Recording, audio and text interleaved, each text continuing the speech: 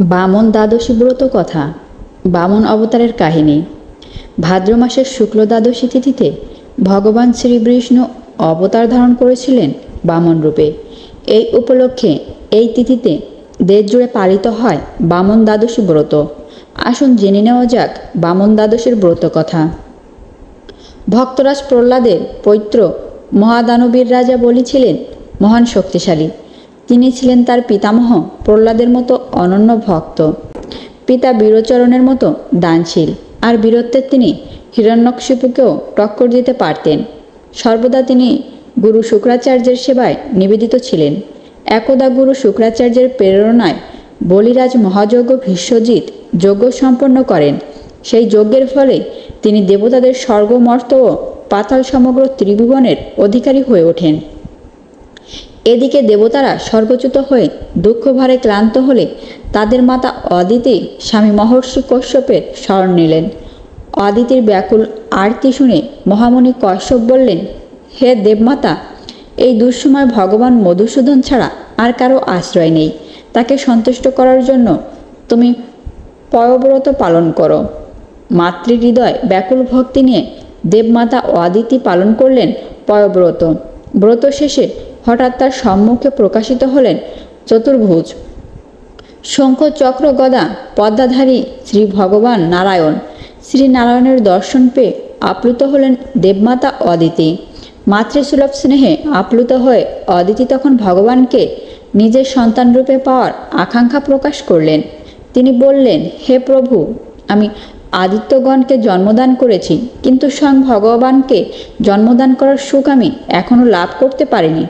এদিকে বলিরাজার প্রচণ্ড পরাক্রমের ফলে আমার সন্তানেরা আশ্রয়হীন হয়ে পড়েছে। প্রভু, আপনি এই মাতৃহৃদয়ের পীড়াকে প্রশান্ত করুন। আমি আপনাকে আমার সন্তান হিসাবে প্রাপ্ত করতে চাই। সেই সাথে আপনার মাধ্যমে আমি আমার অন্যান্য সন্তানদেরকে রক্ষা করতে চাই। সর্বহৃদয়ের অধিপতি করুণাময় শ্রী ভগবান মৃদু হাস্য করে বললেন, হে মাতা, আমার প্রতি আপনার মাতৃসুলভ স্নেহ আমি অত্যন্ত অপ্লুত হয়েছি। আমি শীঘ্রই আপনার গর্ভে জন্ম নেব, আপনার মাতৃস্নেহের স্বাদ নেব, আপনার সন্তানদের রক্ষা করব, আর দানবরাজ বলির গর্ভও ভঙ্গ করব। এভাবে ভাদ্র মাসের শুক্লা দ্বাদশীতে শ্রী ভগবান অপূর্ব বামন বেশে আবির্ভূত হলেন মাতা অদিতির পুত্ররূপে। ক্ষুদ্র অথচ দীপ্তিময় সেই ব্রাহ্মণ বালককে দর্শনে অভিভূত হলেন মুনি ঋষিরা। স্বয়ং দেবগুরু বৃহস্পতি তার উপনয়ন সম্পন্ন করলেন। দেবতারা তাকে দান ও অলঙ্কারে ভূষিত করলেন। এরপর নিয়ম অনুসারে ভিক্ষার জন্য বেরিয়ে পড়লেন সেই ব্রাহ্মণ বালক, হাতে তার ছত্র ও কমণ্ডল। কিছুকাল পরে বামনদেব পৌঁছালেন নর্মদার তীরে ভুণ্ড কচ্ছক্ষেত্রে, যেখানে বলিরাজা তার মহাযজ্ঞ ব্যস্ত। সেখানে খর্বকায় বামনদেবের উপস্থিতিতে যজ্ঞশালায় উপস্থিত সকলেই তার অপূর্ব জ্যোতির্ময় রূপ দেখে সবাই মুগ্ধ হয়ে গেলেন। রাজা বলি নিজে উঠে দাঁড়িয়ে ভক্তিভরে তার শ্রীচরণ বন্দনা করলেন। পূজা অর্চনা শেষে বলিরাজা বললেন, হে ব্রাহ্মণ কুমার, আমাকে বলো তুমি কি চাও, আমি তোমাকে তোমার অভীষ্ট অবশ্যই দান করব। হে মহান দানববীর, আমি এক তুচ্ছ ব্রাহ্মণ, আমার ত্রিপদ ভূমি যথেষ্ট।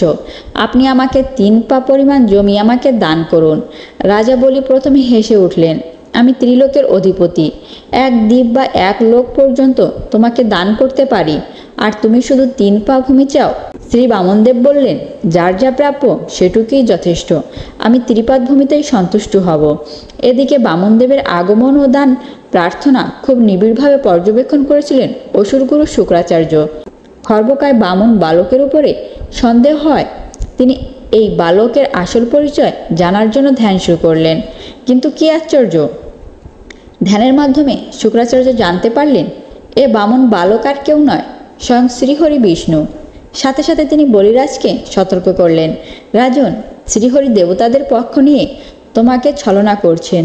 তুমি তাকে দান করলে সব কিছু হারাবে। এই দান দেওয়া তোমার পক্ষে সম্ভব নয়। কিন্তু বলির হৃদয় অন্য দৃঢ় সংকল্প। তিনি ভাবলেন, আমি ভক্ত প্রহ্লাদের বংশধর, যদি শ্রীহরি আমার কাছে দান চান আমি তাকে ফিরিয়ে দেব কি করে?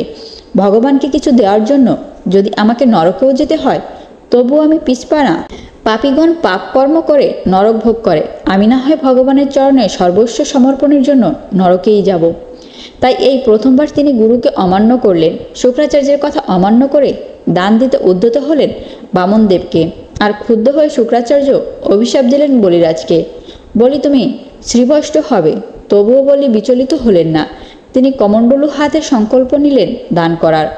অতঃপর তিনি বললেন, হে বামন, নাও মাপো তোমার ত্রিপদ ভূমি। বলি অবাক দৃষ্টিতে তাকিয়ে রইলেন যখন সেই ক্ষুদ্র ব্রাহ্মণ মুহূর্তে রূপান্তরিত হয়ে গেলেন বিশাল ত্রিবিক্রম রূপে।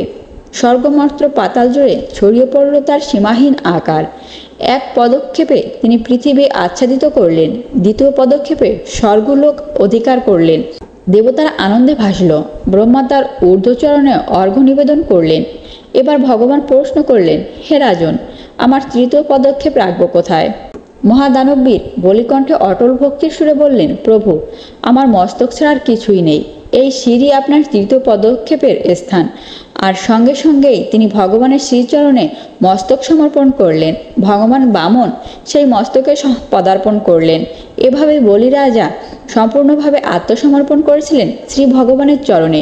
সমস্ত ত্রিলোক জেনেছিল বলিরাজার সমর্পণের কথা, ভক্তির কথা।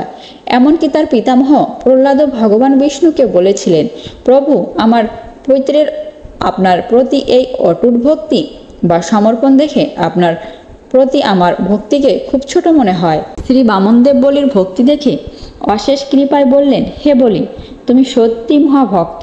তুমি এখন সুতলে গমন করো। সেখানে বিশ্বকর্মা নির্মিত প্রসাদে বাস করবে। আমি স্বয়ং তোমার দ্বাররক্ষক হয়ে থাকব। আর সাবর্ণী মনন্তরে তুমি পুনরায় দেবতাদের রাজা ইন্দ্র হবে। এই আশীর্বাদ পেয়ে বলি আনন্দ অশ্রুতে ভিজে গেলেন। তিনি সানন্দে তার পিতামহ প্রহ্লাদের সাথে সুতলে গমন করলেন। অন্যদিকে শ্রী বামনদেব দেবতাদের স্বর্গরাজ্য ফিরিয়ে দিয়ে দেবমাতা অদিতির অভিলাষ পূর্ণ করলেন। বামনদেবের এই কাহিনীর মূল কথা হচ্ছে, বামনদেবের 3 পা জমি আসলে ভক্তদের দেহ, মন আর ধন। এগুলো ভগবানের সেবায় সমর্পণ করতে পারলে মানুষ সত্যি মুক্ত হয়। তাই আসুন আনন্দচিত্রে গেয়ে উঠি জয় বামন ভগবান, জয় ভক্ত প্রতিপালক শ্রীহরির। আসুন আমরা সবাই কমেন্টে একবার লিখে যাই, জয় বামন ভগবানের জয়। ঈশ্বর আপনাদের সকলের মঙ্গল করুক, এই প্রার্থনাই করি।